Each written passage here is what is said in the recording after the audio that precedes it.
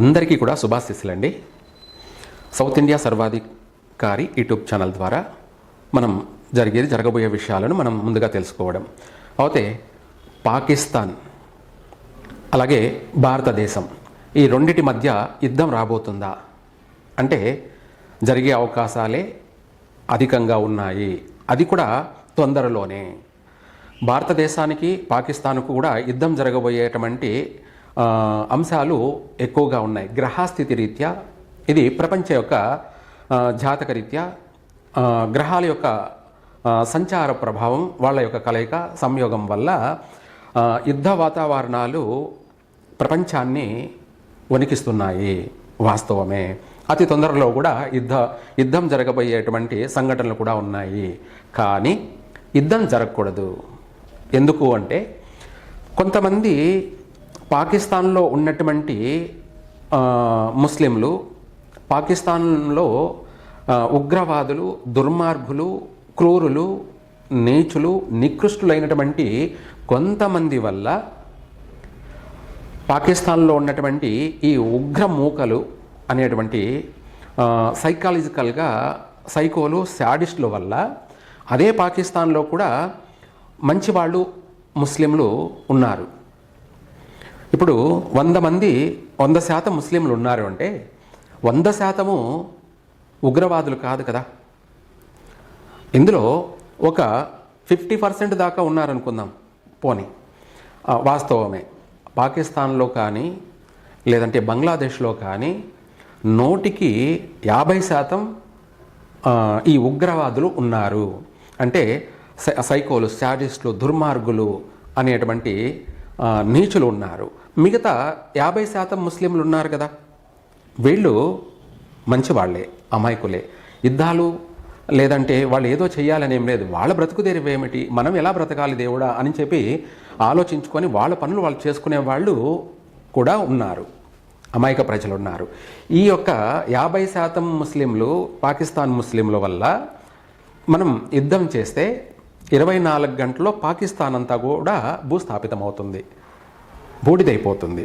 కానీ వీళ్ళ వల్ల, ఈ దుర్మార్గుల వల్ల అదే ముస్లిం ప్రజలు, అమాయకమైనటువంటి ముస్లిం ప్రజలు, చిన్నపిల్లలు, ఆడవాళ్ళు, ఇంకా ఏ పాపం తెలియనటువంటి ఎవరి కష్టం వాళ్ళు చేసుకొని బ్రతికే వాళ్ళు, వాళ్ళ అందరికీ కూడా నష్టమే జరుగుతుంది కదా.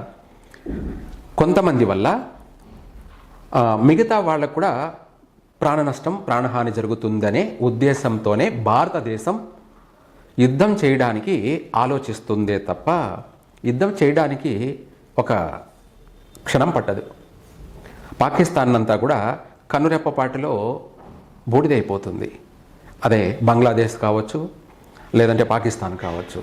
కానీ ఇక్కడ భారతదేశం అంతా కూడా భారతదేశంలో ఉన్నటువంటి హిందువులు కానీ, భారతదేశంలో ఉన్నటువంటి ముస్లింలు కానీ కూడా ఆలోచిస్తున్నది ఏంటంటే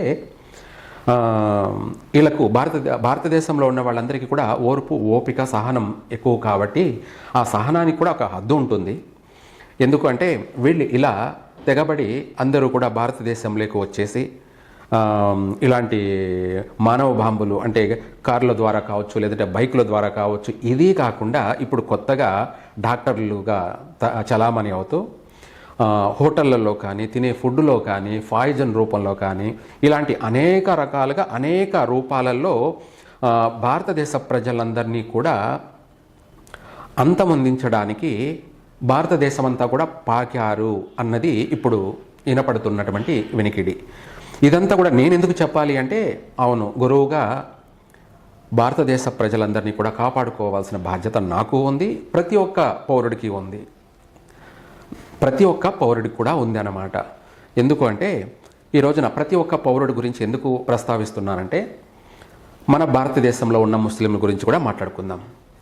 మన భారతదేశంలో ఉన్నటువంటి ముస్లింలందరూ కూడా చాలా వరకు 175% వరకు కూడా అమాయకులే, మంచివాళ్లే. వాళ్ళ పనులేంటో వాళ్ళు చేసుకుంటూ వాళ్ళ జీవన విధానం, వాళ్ళ బ్రతుకు తెరువేదో వాళ్ళు చేసుకుని వాళ్ళు బ్రతుకుతున్నారు.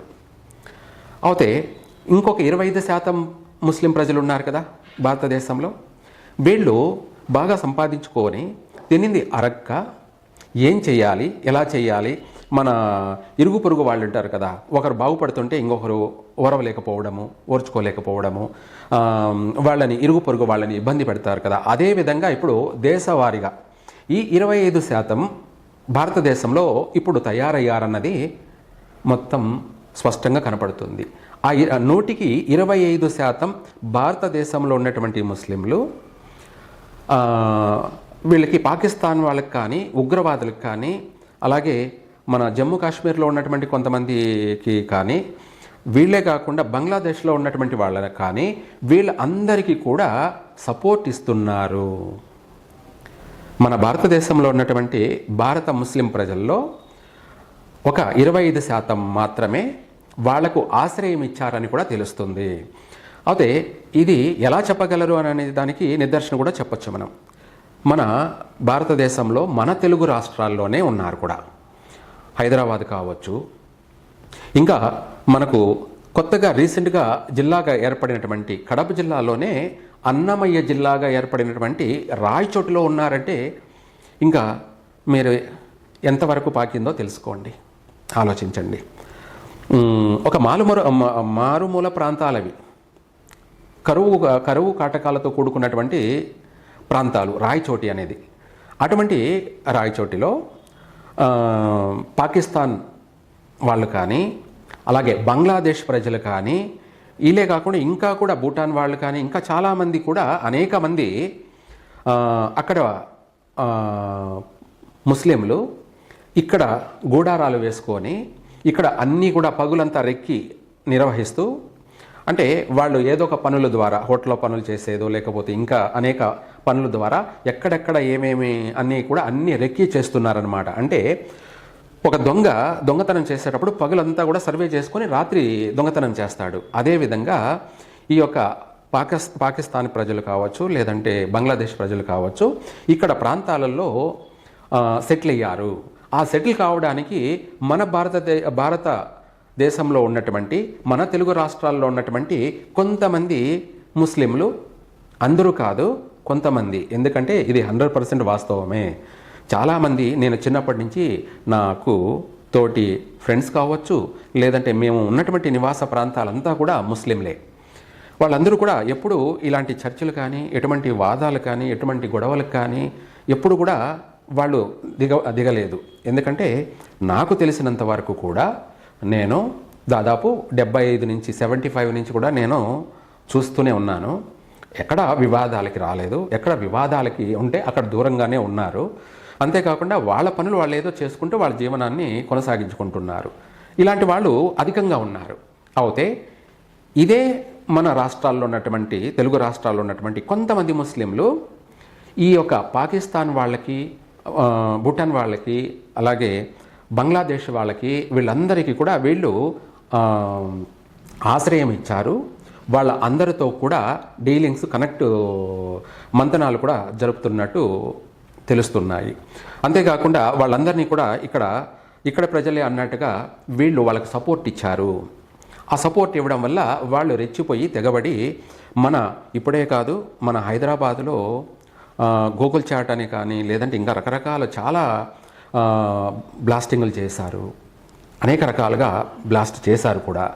ఇక్కడ అన్ని ప్రాంతాల్లో కూడా, మారుమూల ప్రాంతాల్లో, అంటే ఒక రాయచోట్లో కూడా చేయడానికి ప్రయత్నిస్తున్నారు. అంటే ఎంతవరకు వాళ్ళు అల్లుకుపోయారు పాకిస్తాన్ ప్రజలు, ఉగ్రవాదులంతా కూడా ప్రతి మారుమూల ప్రాంతాలకు కూడా వాళ్ళు పాకిపోయారంటే ఇంకా ఎంతవరకు సమంజసం? ఇందులో మన భారతదేశంలో ఉన్నటువంటి ముస్లింలు కొంతమంది వాళ్ళకు సపోర్ట్ ఇచ్చారు. వాళ్ళకు సపోర్ట్ ఇవ్వడం వల్ల అది వాళ్ళు ఆసరా చేసుకొని భారతదేశంలో ఇలాంటి బాంబు బ్లాస్టింగ్లు చేయడం, ఇంకా కూడా డాక్టర్ల రూపాల్లో కావచ్చు, లేదంటే హోటల్ నడిపేటువంటి వాళ్ళు కావచ్చు, లేదంటే ఇంకా రకరకాలైనటువంటి వ్యాపారాలు చేసే వాళ్ళు కావచ్చు, వీళ్ళందరూ కూడా ఎక్కువ శాతం వాళ్ళే అధికంగా స్థిరపడ్డారనేది కూడా వినికిడి. వాళ్ళ ద్వారా అనేక రూపాలలో భారతదేశంలో ఉన్నటువంటి హిందువులందరినీ కూడా సమూలంగా నాశనం చేయడానికి అనేక ప్రయత్నాలు జరుగుతున్నాయి. కాబట్టి భారతదేశంలో ఉన్నటువంటి హిందువులందరూ కూడా జాగ్రత్త, ఎవరిని నమ్మవద్దు. ఎందుకంటే ఇప్పుడు వాళ్ళందరూ రావడానికి కారణం ఏమిటంటే మన తెలుగు రాష్ట్రాల్లో ఉన్నటువంటి ముస్లింలు కొంతమంది వాళ్ళతో మంతనాలు జరుపుతూ వాళ్ళకి సపోర్ట్ ఇచ్చి వాళ్ళందరినీ కూడా తీసుకొచ్చి వాళ్ళకు ఆశ్రయం ఇచ్చి వీళ్ళందరినీ కూడా చంపడానికి వీళ్ళే సహకరిస్తున్నారు అన్నది కూడా వాస్తవమే. అలా అనేసి అందరినీ అలాగే భావించుకోవద్దు, పొరపాటు, తప్పు. ఎందుకంటే ఎవరైనా సరే మంచి మంచే, చెడు చెడే. కాబట్టి ఆ చెడుని మనము నిర్మూలించాలి. అలాగే రాబోయేటువంటి ఉపద్రవాలు, ఇటువంటి మారణకాండాలని నివారించాలి. మనల్ని మనం కాపాడుకోవాలి. మన భారతదేశంలో ఉన్నటువంటి కొంతమంది అమాయక ముస్లిం ప్రజలను కూడా మనమే కాపాడాలి. ఎందుకంటే వాళ్ళకి తెలియదు, అందరికీ తెలుసు అంటే తప్పు. అలాగే తెలియదు అనేదానికి కూడా లేదు. ఎందుకంటే చాలామంది ఇందులో ఇన్వాల్వ్ అయ్యారనేది కూడా బాగా తెలుస్తుంది మనకు. పూర్తిగా కూడా కొన్ని సర్వేల ప్రకారంగా కావచ్చు, లేదంటే మారుతున్నటువంటి ప్రభావాలు కావచ్చు, మనకున్నటువంటి సిక్స్త్ సెన్స్ అనే దాన్ని బట్టి కూడా చూసుకుంటే ఇక్కడ కొంతమంది తెలుగు రాష్ట్రాల్లో ఉన్నటువంటి వాళ్ళే కానీ భారతదేశంలో ఉన్నటువంటి కొంతమంది ముస్లిం ప్రజలు వాళ్ళకి సపోర్ట్ ఇచ్చారు, వాళ్ళకు ఆశ్రయం ఇచ్చారు, వాళ్ళకు అన్ని విధాల అండదండలు కూడా ఉన్నారనేది కూడా తెలుస్తుంది. తద్వారానే వాళ్ళందరూ కూడా మన భారతదేశంలోకి వచ్చి ప్రతి ఏరియాలో స్థిరపడ్డారు అనేది కూడా తెలుస్తుంది. వాళ్ళ వ్యవహార శైలి ఏమిటంటే ఎంతమందిని మనము చంపాము అన్న ఒక టార్గెట్ కూడా పెట్టుకున్నారనేది కూడా తెలుస్తుంది. కాబట్టి భారతదేశంలో ఉన్నటువంటి ప్రజలే కావచ్చు, మరీను నా దక్షిణ భారతదేశంలో తెలుగు రాష్ట్రాలు కావచ్చు, కర్ణాటక కావచ్చు, తమిళనాడు కావచ్చు, కేరళలో కావచ్చు, ఈ ప్రాంతాల్లో ఉన్నటువంటి హిందువులందరూ కూడా జాగ్రత్త పడండి, అలర్ట్గా ఉండండి. ఎవరిని నమ్మి దగ్గరికి తీయొద్దు. అలా అనేసి అందరినీ అనుమానించవద్దు. కొత్తగా వచ్చిన వాళ్ళందరినీ నమ్మకండి. మనకు ఎప్పటి నుంచో ఉన్నటువంటి ముస్లింల్ని మనము నమ్మవచ్చు, అందులో ఎటువంటి సందేహం లేదు. కానీ కొత్తగా వచ్చినటువంటి వాళ్ళు ఎవరైనా సరే ఉన్నారంటే వాళ్ళని దగ్గరికి కూడా రాని కాకండి, వాళ్ళతో ఎటువంటి స్నేహాలు పెట్టుకోకండి. వాళ్ళను ఇంకా కూడా వాళ్ళపైన ఒక కన్నేసి ఉంచండి. సీసీ కెమెరాలాగా త్రినేత్రుడు అంటే శివుడిలాగా, త్రినేత్రుడిలాగా మూడో కన్నును అనేది ప్రదర్శించాల్సిందే. అంటే ప్రతి ఒక్కడి పైన ఒక మూడో కన్ను అనేది ఒకటి వేసి ఉంచాల్సిందే. కాబట్టి అందరూ కూడా జాగ్రత్త. ఇక్కడ మనం ఇందాక చెప్పుకున్నట్టు కర్నూలు నుంచి ఒక ఐఏఎస్ అధికారి కాశ్మీర్లో ఉండి ఈ ఒక అన్నిటిని కూడా ఛేదించాడు, మన కర్నూలు వాసి. అట్లాగే ప్రతి ఒక్కరూ కూడా ఆయనలాగే అందరిపైన ఒక కన్నేసి ఉంచి, అలాగే మనం అనుకుంటున్నట్టుగా భారతదేశం మనము ఎందుకు యుద్ధానికి ఆలోచిస్తుంది అంటే అమాయకమైనటువంటి ముస్లిం ప్రజలంతా కూడా చనిపోతారని చెప్పేసి యుద్ధం చేయడానికి వెనక ముందు ఆడుతుంది భారతదేశం.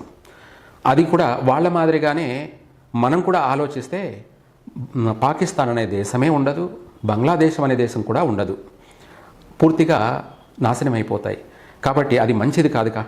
ఎందుకంటే మనము ఎక్కడైనా సరే మంచి వాళ్ళు ఉంటారు, చెడ్డవాళ్ళు ఉంటారు. ఆ చెడ్డవాళ్ళ వల్ల మంచి వాళ్ళకి హాని జరగకూడదు అన్నదే భారతదేశం యొక్క ప్రధాన లక్షణం. అంతేకాకుండా మోడీ యొక్క లక్షణం కూడా అదే.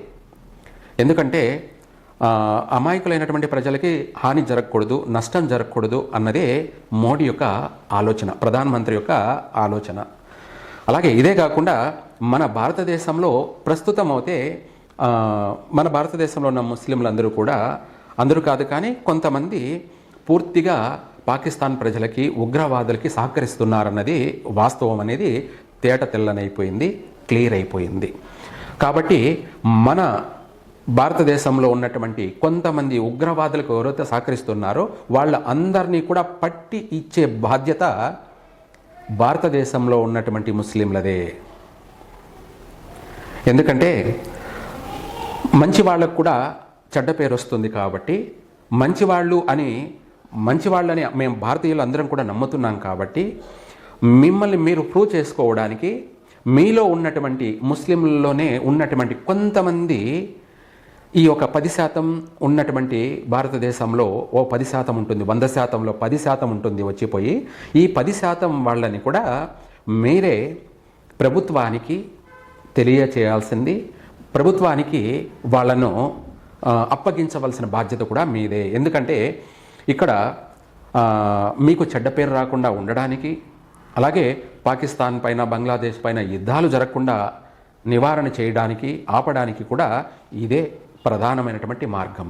ఎవరైతే దుర్మార్గులు ఉన్నారో ప్రజలందరినీ ఇలా బాంబులతోటి, అలాగే ఇదే కాకుండా ఇంకా రకరకాలైనటువంటి ఒకడైతే పాయిజన్ తోటి అందరినీ చంపడానికి ప్లాన్ చేశాడు. ఇదే తెలిసినవి ఇవి అయితే తెలియనివి ఇంకా ఎన్ని మార్గాలలో వాళ్ళ ప్రయత్నాలు జరుగుతున్నాయి. మనకు తెలిసిన విషయాలు కొన్ని అవుతే మనకు తెలియనటువంటి విషయాలు ఇంకెన్ని ఉన్నాయి. కాబట్టి వీటి అన్నిటినీ కూడా పసిగట్టవలసింది, వీటి అన్నిటినీ కూడా కనుక్కోవాల్సిన బాధ్యత ముస్లింలదే, మన భారతదేశంలో ఉన్నటువంటి ముస్లింలదే. కాబట్టి వాళ్ళే ఇటువంటి వాళ్ళందరినీ కూడా పట్టించవలసినటువంటి బాధ్యత వాళ్ళకి అప్పగించండి. లేదంటే భారతదేశంలో ఉన్న ముస్లింలందరికీ కూడా చెడ్డ పేరు వస్తుంది. లేదంటే యుద్ధాలు జరిగి ప్రాణ నష్టాలు, ఆర్థిక నష్టాలు, లేదా ఘోరమైనటువంటి విపత్తులు ఏర్పడే అవకాశం ఉంది. ఇది భారతదేశ సంప్రదాయం కాదు. భారతదేశం ప్రపంచానికి ప్రాణం పోసేటువంటి బాధ్యత భారతదేశానిది. ప్రపంచాన్ని కాపాడేటువంటి లక్ష్యము భారతదేశాందే. అందరినీ, అన్ని మతాలని కాపాడవలసినది, అన్ని కులాలని, అన్ని సంఘాలని, ఇదే కాకుండా అన్ని ప్రాణాలని కూడా కాపాడే బాధ్యత భారతదేశంది, అందులోనూ హిందువులది. కాబట్టి భారతదేశంలో ఉన్న ప్రజలందరికీ కూడా, ముస్లిం ప్రజలకు ముఖ్యంగా ముస్లిం ప్రజలందరికీ కూడా తెలియచేయడం ఏంటంటే, మీలో కొంతమంది పాకిస్తాన్ వాళ్ళందరూ కూడా, బంగ్లాదేశ్ వాళ్ళందరూ కూడా వచ్చి ఉన్నారు. వాళ్ళందరినీ కూడా మీరు పట్టి ప్రభుత్వానికి అప్పగిస్తే తప్ప, లేదంటే మిమ్మల్ని అందరినీ కూడా అనుమానించాల్సిన పరిస్థితి వస్తుంది. ఎందుకంటే మీరిచ్చిన ఆశ్రయం వల్లనే కదా వీళ్ళందరూ వచ్చి ఇక్కడ దాడులు చేస్తున్నారు. మీరే ఆశ్రయం ఇవ్వకపోతే వాళ్ళు ఎందుకు ఇక్కడికి రాగలుగుతారు, ఇక్కడ దాడులు ఎందుకు జరుగుతాయి అన్నదే ఇప్పుడు అందరూ కూడా అనుమానించేటువంటి పరిస్థితికి వస్తుంది. కాబట్టి అందరినీ కాపాడండి, మీరు బాగుండండి, అందరూ బాగుండండి, యుద్ధాలు జరగకుండా ఆపండి. ఇది మీ చేతుల్లో మాత్రమే ఉంది. భారతదేశంలో ఉన్నటువంటి ముస్లిం ప్రజల చేతుల్లో మాత్రమే ఉంది. ఇది 100%. ఎందుకు అంటే వీళ్ళు ఆ అవకాశం ఇవ్వకపోతే వాళ్ళు రావడానికి వీల్లేదు. ఇక్కడ రోజు ఏదో ఒక చోట, ఎక్కడో చోట ప్రతి సంవత్సరం ఇటువంటి దాడులు జరుగుతున్నాయంటే దానికి కారణం కూడా మన ముస్లిం ప్రజలే, కొంతమంది మాత్రమే. అందువల్ల దీన్ని నివారణ చేసే బాధ్యత కూడా మీ చేతిలో మాత్రమే ఉంది. దీనికి రాజకీయాలు ఏం చేయలేవు, ప్రధానమంత్రి కూడా ఏం చేయలేడు. ఎందుకంటే ఒకటి చూస్తాడు, 2 చూస్తాడు, 3 సార్లు చూస్తాడు. అలా ఎన్నని చూసుకుంటూ వెళ్తాడు. సహనం కోల్పోయినప్పుడు, మనసు ఇంకా మన చేత కాదు అని చేతులు ఎత్తేసినప్పుడు యుద్ధం చేయక తప్పదు. అప్పుడు అమాయకమైనటువంటి ప్రజలు కూడా నష్టపోతారు. పాకిస్తాన్లో కావచ్చు, బంగ్లాదేశ్లో కావచ్చు, అమాయక ముస్లిం ప్రజలందరూ కూడా నష్టపోతారు. కాబట్టి ఇది జరగకుండా నివారణ చేసే బాధ్యత మన తెలుగు రాష్ట్రాల్లోనే ఉన్నటువంటి ముస్లిం ప్రజలే కాదు, భారతదేశంలో ఉన్నటువంటి ప్రతి ఒక్క ముస్లిం ప్రజలది బాధ్యతగా మీరు బాగుండండి, అందరినీ కాపాడండి. ఇదే మీకు నేను ఇచ్చేటువంటి సలహా. ముస్లింలు అందరూ కూడా చాలా వరకు మంచివాళ్లే ఉన్నారు. ఇది ప్రపంచమంతా ఎరిగిన సత్యమే, నేను ప్రత్యేకంగా చెప్పాల్సిన అవసరం లేదు. కానీ ఇవి ఎందుకు జరుగుతున్నాయి అడుగడుగున అంటే, చాలామంది వచ్చారు, వీళ్ళు భారతదేశాన్నంతా కూడా నాశనం చేయడానికి కంకణం కట్టుకున్నారు.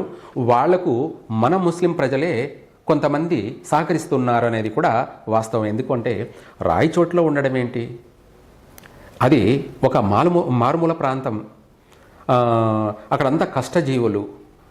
అటువంటి ప్రాంతాల్లో కూడా వీళ్ళందరూ కూడా వచ్చారు, వాళ్ళంతా కూడా అక్కడ నివాసం ఉంటున్నారు అని చెప్పి మాకు వినికిడి ఎప్పుడో వచ్చింది. కాబట్టి వీటిని నివారణ చేసే బాధ్యత ప్రజలదే, ప్రభుత్వాలది కాదు. ఏది ఏమైనా సరే ఇటువంటి చర్యలు ఇంకొకసారి జరగకుండా చూసుకోవాల్సిన బాధ్యత కూడా మన తెలుగు ముస్లిం ప్రజలది అని నేను వాళ్ళు మంచి వాళ్ళని నమ్ముతున్నాను, అందరినీ కాపాడుకుంటారు, వాళ్ళు బాగుంటారని కూడా నమ్ముతున్నాను. అలాగే మన ఛానల్ని ఎవరైనా సరే సబ్స్క్రైబ్ చేసుకొని వాళ్ళు సబ్స్క్రైబ్ చేసుకోండి, అందరికి కూడా షేర్ చేయండి, లైక్ చేయండి. తప్పకుండా 10 మందిని కాపాడండి. సర్వే జన సుఖినో భవంతు.